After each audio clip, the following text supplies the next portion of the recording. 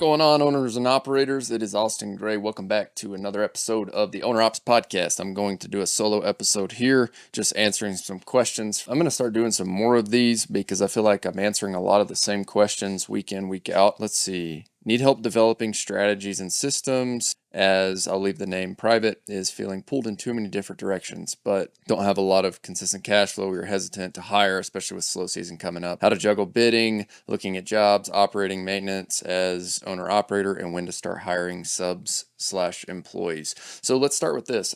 In the beginning, one of my friends now, someone who I respect, he's built multiple businesses. He currently owns $15 million a year e-commerce business, but he's just a serial entrepreneur. He started his career buying a sewer and water excavation business down in Denver. And so one thing he told me very early on is he just pushed me to hire as fast as I possibly could, because the reality is whenever you're starting out as an owner operator, you have so many tasks to do.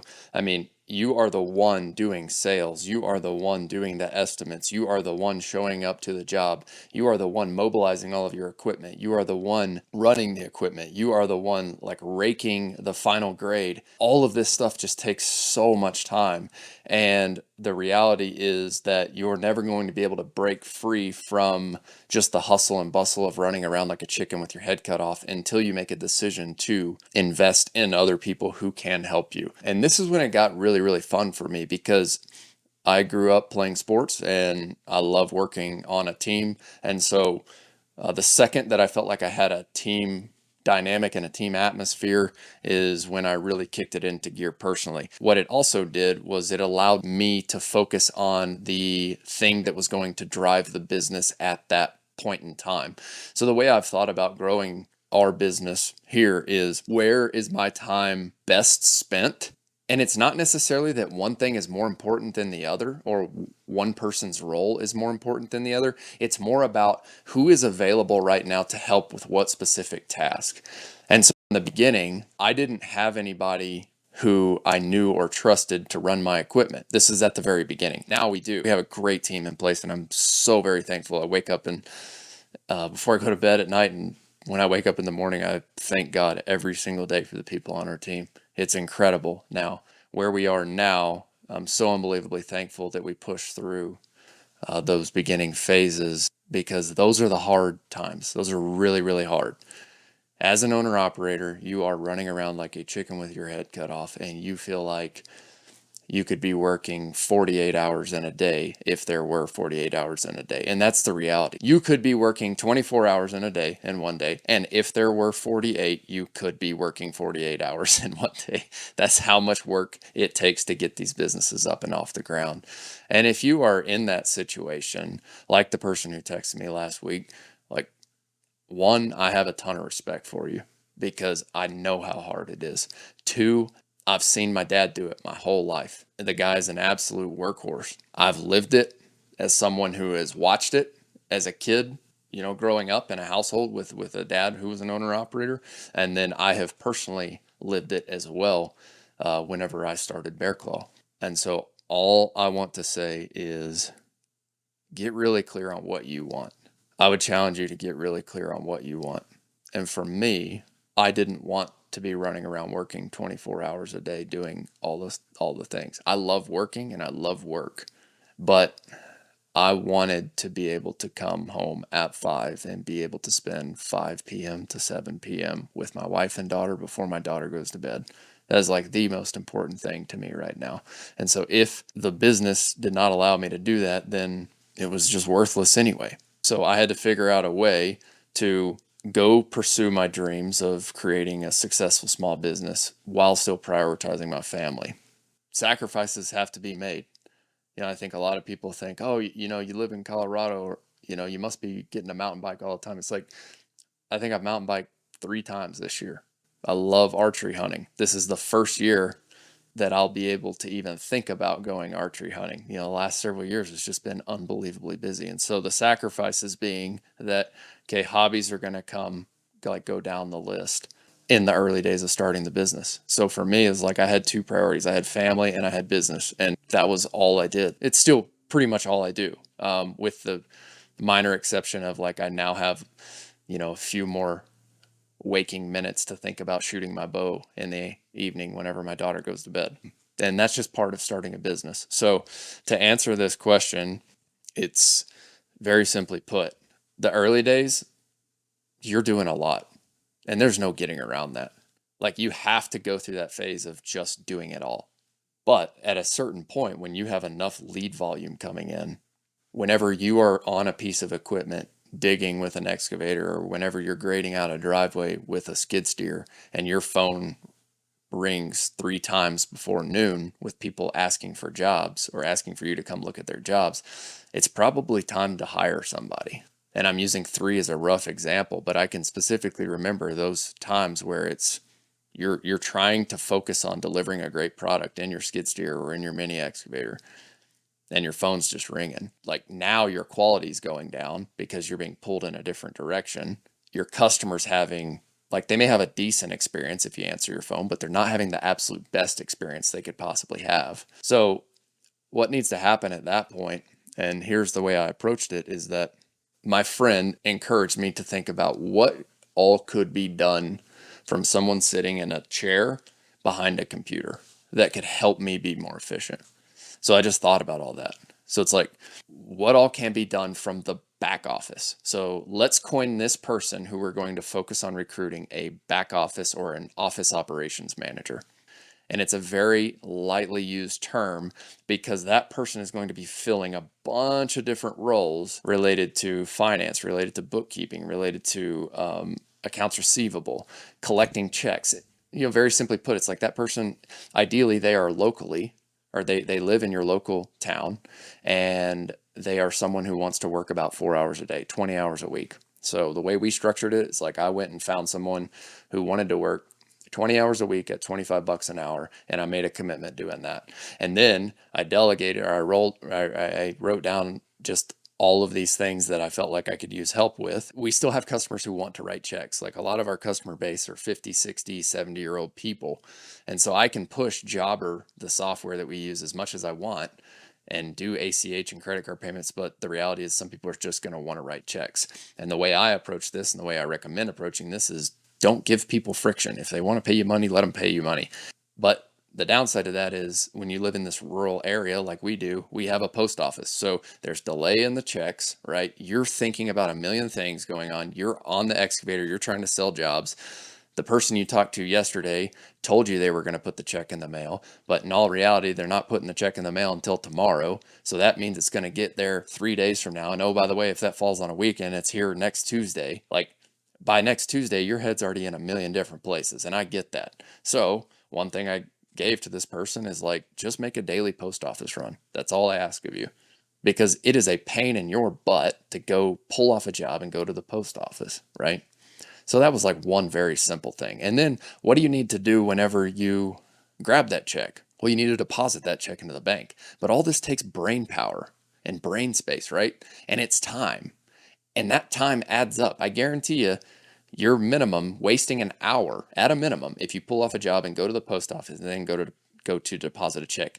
Oh, but Austin, can't we use mobile deposit? Yeah, you can, but it's still brain space and time that you could be focusing on selling and fulfilling right now.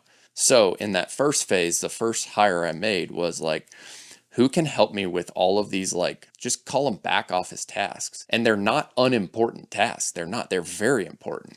So I think like where a lot of these like business gurus, in business books talk about is like, you as an owner need to focus on high level tasks. Like you're the high, it's like, no, like one, yeah, you may own equity in the business, but you still got a small business and you still got a job.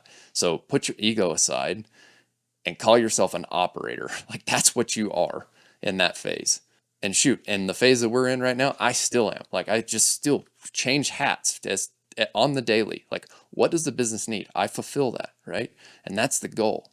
And like so many people right now are being brainwashed in this society of like, oh, create this remote business and you can be an owner and you can like sit back on a beach. And it's like, it's such a bunch of bull crap. It is. It really is.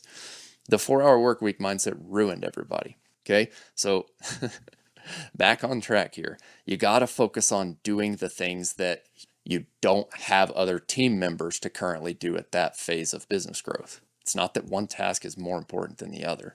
It's that all of these tasks have to be done. How can I efficiently get this done? By plugging myself into the equation and going and leveraging somebody else's time by paying them for their time, right? That's just what you're doing. So that first hire was an office operations manager, okay? And you're thinking like right now the problem is, from this person's text is like, I need new strategies and systems as we're being pulled in many different directions, but lack of consistent cash flow, we're hesitant to hire. You've got two options here. You can, one, keep doing the same thing, which you've already admitted that that's not working for you. So theoretically, if you were to make a decision to hire someone, and if it didn't work, isn't that the same outcome that's going to happen if you keep doing what you're doing? My point being that if you try something different and it doesn't work for you, you're going to end up in the same scenario as if you were to keep going as is. Because like right now, no consistent cash flow, it's not going to work for you. You're going to end up having to quit because you don't have consistent cash flow, right? So in my opinion, it was worth taking my friend's advice and saying, you know what, I'm going to go take a risk and hire this person before I think I have enough cash flow to do so. And the reason being is because where I convinced myself is that I would be able to focus on the things that I needed to focus on and allow that person to focus on the things that were dragging me back from creating consistent cash flow, right? Now we have a team dynamic of two. Now this person can focus on collecting the checks, depositing the checks. Oh, by the way, like whenever an estimate needs to be sent, like you have to sit down at the computer and like really get detailed. Like if you're going to do estimates right with that, right?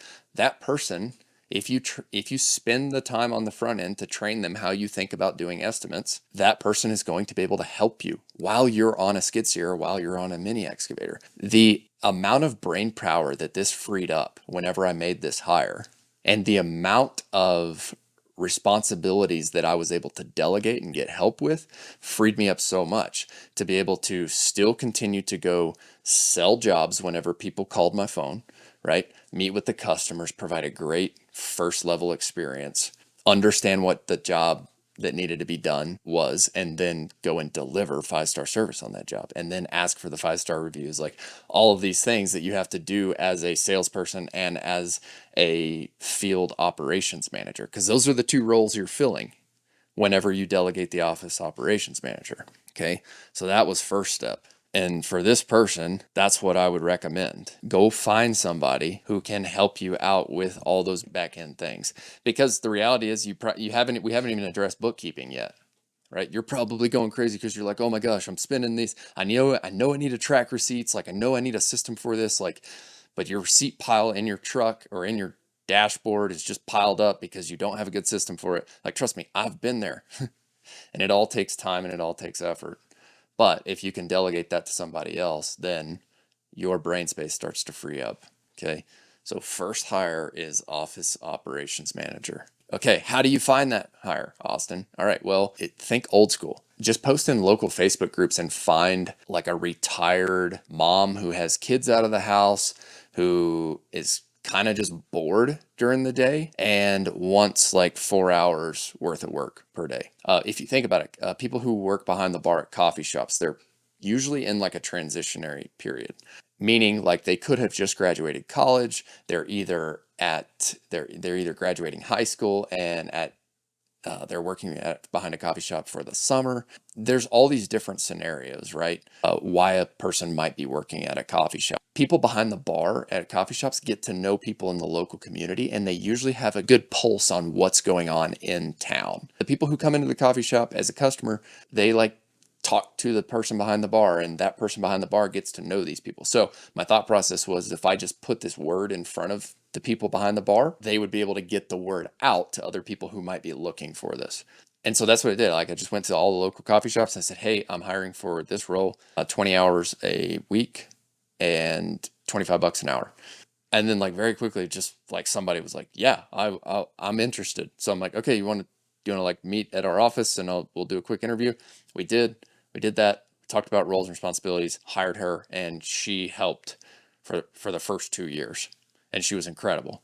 She was way overqualified for this role. She had worked at Bloomberg in the finance department, college degree, She was just in a transitionary period of her life.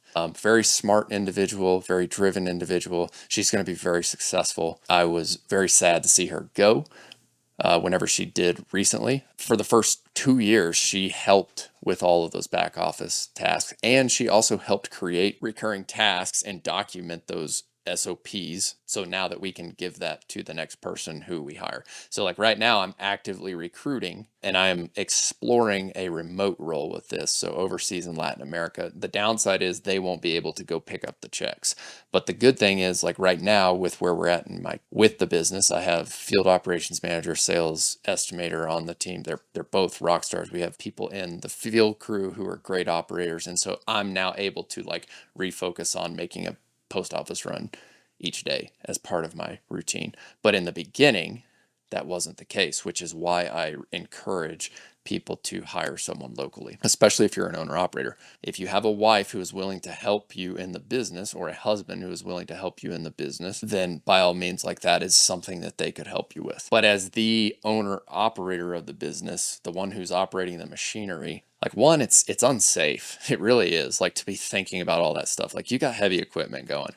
You need to be focused on that job. Two, the customer deserves 5-star quality. So you focusing and putting all your effort into delivering 5-star quality while you're on the skid steer, while you're on the mini excavator, and not thinking about the check that you have to go pick up here in 20 minutes, that's delivering 5-star service, and that is putting yourself in the most safe operating procedure. I hope this is all making sense. So I'm sort of rambling at this point, but I do want to make the point of like that first hire, office operations manager, and literally as an owner operator, just think of everything that you should not be doing or don't want to do, right? Like you're likely starting this business because you like operating equipment. You like you like taking your customer's vision and then being the bridge between their current reality and their vision, right? Like you like showing up and being like, okay, this customer thinks they want a boulder wall right here. I know I can build it and I know I can do a great job of it. Like you probably get really excited about that. So you need to focus 100% on delivering that while somebody else focuses on like the menial, logging your receipts, picking up your checks, depositing your checks, even answering the first phone call, right? If that person can be on call from 8 to noon while they're working, you can just direct your phone line to them and they can answer. Just train them to say, hey, this is my name, Bear Claw Land Services. This is Austin. How may I help you, right? That's all you have to do. When a customer calls, they expect someone to answer. And if they've got, it's two totally different scenarios. If somebody sitting in the office answers, it's Bear Claw Land Services. This is Austin. How may I help you? With no background noise, right? That's a great experience for a customer. The other side of the equation is if they call you and you are in the middle of grading a driveway, phone rings, ring, ring. Hello, this is, hello, hold on. Yeah, is this Bear Claw Lance? That's a terrible experience for the customer. Like they're trying to talk to you, you're trying to operate your equipment, you're holding it with your, if you don't have AirPods, you're holding it with your shoulder and you're still running the joysticks. Hold on just a second, right? Let me get out. And you like power the machine down, you jump out, like the door cranks, and it's just a terrible experience for the customer. So my whole thought process is like, how do we not let the customer have that? They immediately know who they're dealing with. The customer, if you answer your phone like that, and I'm not saying it's not going to happen, because it definitely happened in my scenario too. It's inevitable when you start. But the sooner you can get somebody answering your phone, sitting in a chair in an office, who's very calm, who answers the phone, hey, this is Bear Claw Land Services. This is Austin. How may I help you? That is so much better of an experience than the customer calling and them just hearing all the background noise. And they immediately know that they're dealing with a scatterbrained contractor at that point. They're immediately psychologically thinking that they are going to pay mid-level price for an average product because they're going to deal with everybody's had a terrible experience with the contractor. The contractor who tells you that they're going to show up tomorrow and then they call you and I had a job, my equipment broke down. It's like everybody's got horror stories, right? So that's like the level in which the customer kind of expects. But if you deliver the calm, happy personality over the phone when you answer the call, you're immediately stepping up a level to showcase that you are a business. You're a professional business. And then psychologically, you're already embedding this in the customer's mind that you are dealing with a business who takes care and takes pride in what they do. So therefore, you are able to demand the higher price because of that psychology that's going on in your customer's brain. We're covering a lot here, but I'm trying to get all of the things that I thought about early on that someone sitting in the office could do to help elevate our customer experience with our business. We are going to be dropping one interview episode. At this point, like, people are reaching out from YouTube, Twitter, other social media, and our newsletter, who are asking specific questions about this. And so what I'm trying to do is like take myself back to those early days and answer the questions and get all of my thoughts out on how I was thinking about it at that phase of growth. And then also share little tidbits, like whenever my friend encouraged me to go higher faster than I thought I could support. Because it's always going to be hard to make that higher. It's always going to be hard to commit. Because here's what you think as an owner operator, and trust me, I've fallen into this. You think, oh, $25 an hour, 20 hours a week, like I could be putting that in my pocket, or that could go to my family. Yes, you could. And you can also be working 24 hours a day. So you got to pick whatever you want. My goal was always to be working, like, I don't mind getting up early. It's when I do all this content stuff. And it's also when I do like my best admin work for whatever needs to happen in the business. But I don't want to be working after 5. I want to be spending that time with my family. And you got to choose. So if you don't want to be working 24 hours a day, I keep throwing that around loosely. What I mean is really like the 14-hour days, right? Like, if you don't want to be doing that, and if you want to be at home with your family, then you got to make choices to reinvest back in the business, which means hire the right people. Oh, well, that's one portion of reinvesting back in the business. So I hope this encourages you. I hope this answers some of the questions that you might be having if you're in that early stage solo owner operator running around like a chicken with your head cut off phase. Look, I'm by no means an expert at any of this, but I have taken advice from other people and I have taken action on that. And so what I'm trying to do here is share the areas that I have taken action on that have proved to be fruitful for our business. And I hope that it can help you in your business. Yeah, I really do. Like, I want to see you guys succeed. I believe there is so much opportunity out there.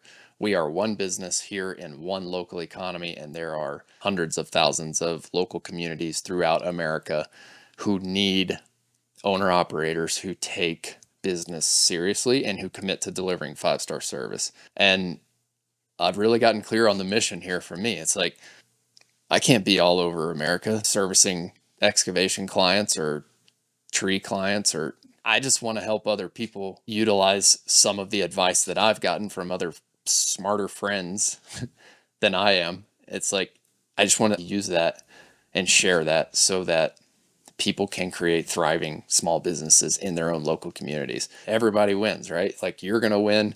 You're going to make more money. Your family's going to prosper. Your kid's going to have food on the table. Your mortgage is going to be paid for. The customers in your community are going to be treated better. The customers in your community get 5-star service. Like, I think that's the bigger picture mission for me. God has put so many people in my life who have helped me through those early stages. And I guess what I'm trying to do is just take those learnings and those things that have worked and then share those with other people in hopes that it can help you. Yeah, once again, thanks for the support. I really do appreciate it. I mentioned this in an update episode a couple weeks ago. I never dreamed that, like I said, I didn't even really look at the analytics in the beginning, but for whatever reason, people are listening. And yeah, I do appreciate the support. If I can help in any way, I seriously mean it. Like, just reach out. That was a specific question from my phone of somebody who reached out and asked for some help last week, and I'm happy to do it. This is fun for me, and I just encourage you guys to keep going. It's not easy. Once again, I have respect for anybody who's doing the whole owner operator thing. It's not easy. It's a lot of work. I have a ton of respect for you. Just want to encourage you to keep going. Reach out if you need help. Don't forget, work hard, do your best, never settle for less, and good things are going to come. We'll see you guys in the next episode. I wanted to introduce you to 2 of my growth partners. Striker Digital specializes in SEO services specifically for local service businesses. Bodie and Andy, the two co-founders, have helped me get Bear Claw Land Services to the #1 search result on Google inside my state for my specific search term. If you want to learn more, visit strikerdigital.com. That's stryker-digital.com. Secondly, Local Service Marketers specializes in paid ads and unlimited content creation. I've been working with Josh since the beginning of Bear Claw, and all I've had to do is upload my content, photos and video, into a shared iCloud album or Google Drive album, and they handle everything else from there. Think YouTube, Instagram, Facebook, all that is taken off of your plate. It saves you so much time as a local business owner. In doing so, you end up with a very professionally designed social media presence. After the presence is created, then a paid ad strategy can be implemented to help bring you more leads and win you more jobs. If you're interested in learning more, you can visit localservicemarketers.com.